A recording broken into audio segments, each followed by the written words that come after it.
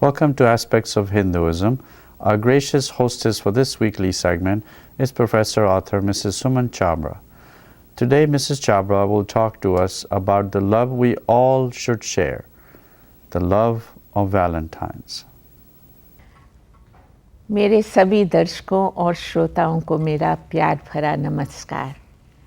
प्रेम की परिभाषा, वैलेंटाइन्स का त्यौहार आ रहा है। ये है तो पश्चिमी सभ्यता का उत्सव, पर आप देखते हैं कि आजकल भारतवर्ष में और अन्य सभी देशों में भी इसका बोलबाला है। इसी विचार श्रृंखला में सोचकर आज के विषय पर ध्यान गया कि इस 2.5 अक्षर प्रेम में कितना रहस्य छिपा हुआ है। फिर ध्यान गया संत कबीर के वचनों पर, पोथी पढ़ पढ़ जगमुआ, पंडित भयो न कोय, 2.5 अक्षर प्रेम का पढ़े सो पंडित होए। हम सब इस बात से परिचित हैं कि शायद प्रेम, लव की भाषा वास्तव में गूंगों की भाषा मानी गई है। सारे संसार की भाषाएं अगर उल्ट पुल्ट कर देखी जाएं और तो इस एक शब्द की पूरी परिभाषा नहीं मिलती। समस्त देशों का इतिहास और साहित्य उठाकर देखें तो चाहे वो रोमियो जूलियट हो, हीर रांझा हो, सस्सी पुन्नू हो, पोइट्री हो या संगीत हो, सूफी कलाम हो या गज़ल हो, सभी में इस शब्द की चर्चा अनेक रंगों में दिखाई देती है। स्वाभाविक है कि मन में प्रश्न उठता है, ये है तो है क्या?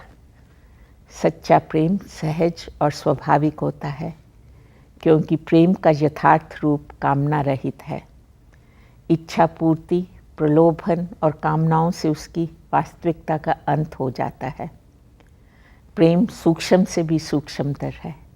ये केवल अनुभव किया जा सकता है, शब्दों में वर्णन नहीं किया जा सकता। ये सच्चे और पवित्र भावना से हृदय से किया जाए तो प्रकाश की तरह बढ़ता है, कभी भी कम नहीं होता। ऐसा प्रेम तर्क वितर्क और वाद विवाद का विषय नहीं होता। ये तो हुआ प्रेम का वास्तविक स्वरूप, किंतु विडंबना तो ये है कि इस माया रूपी भवसागर में अड़चनें आ जाती हैं। वो कौन सी हैं? वो हमारे मन के संकुचित विचार, मन की संकीर्णता, ईर्ष्या, द्वेष, वाणी में कटुताई और कठोरता। समाज में व्यक्ति का ये स्वभाव है कि वे अपने बदले दूसरों की ओर ज़्यादा दृष्टिपात रखता है। दूसरों का धन, दूसरों की उन्नति, दूसरों के यश और गौरव से ईर्ष्या करने लगता है। यही कारण है कि समाज में सहयोगियों के प्रति आपसी प्रेम का अभाव दिखाई देता है। किंतु इस संसार के भंवर में गोते लगाने वालों के लिए प्रेम एक ऐसी नौका है जिसे शांत मन से आप एक किनारे से दूसरे किनारे तक पहुंच सकते हैं। ये प्रेम चाहे भक्त भगवान में हो, गुरु शिष्य में हो, पति पत्नी में हो, प्रेम प्रेमिका में हो, माता पिता के प्रति हो या संतान के प्रति, संबंधी जन के लिए हो, यदि वे स्वार्थ रहित है तो इससे अहंकार, अभिमान, ईर्ष्या, द्वेष जैसे अवगुण स्वयं ही नष्ट हो जाते हैं। धर्म पालन करने वालों के लिए इस अक्षर प्रेम को महत्व देने की आवश्यकता है, क्योंकि भक्त का अपने भगवान से, अपने इष्ट देवताओं के प्रति निस्वार्थ प्रेम रखना अनिवार्य है।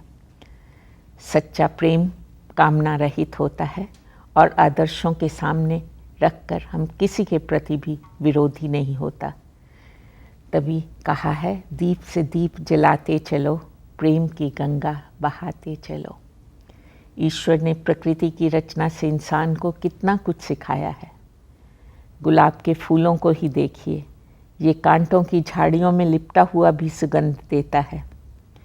कमल का फूल कीचड़ में रहता हुआ भी खिलखिलाता है। प्रेम तो हृदय की वस्तु है, कथनी में आवे नहीं, सके न कोई तोल। ये हमारे मन की मलिनता है जो सच्चा प्रेम करने में बाधक बनती है, किंतु ये संबंध है बड़ा नाजुक। रहीम जी ने कितने सुंदर शब्दों में इस संबंध का महत्व समझाते हुए मानव जन को शिक्षा दी है। रहीमन धागा प्रेम का, मत तोड़ो चिटकाए, टूटे से फिर ना जुड़े, जुड़े गांठ पड़ जाए। सत्यम शिवम सुंदरम का समन्वय ही इसका वास्तविक स्वरूप है और इसी भावना में हमारे जीवन के आदर्श भी निहित है। किसी कवि ने 2 ही शब्दों में ये सार कह दिया, सागर सावन देता है, मधुबन खुशबू देता है, दिल वो दिल है जो औरों को धड़कन देता है और जीना उसी का जीना है जो औरों को प्रेम से जीवन देता है। Happy Valentine's day to all of you. मेरा प्रेम भरा नमस्कार। धन्यवाद। नमस्कार।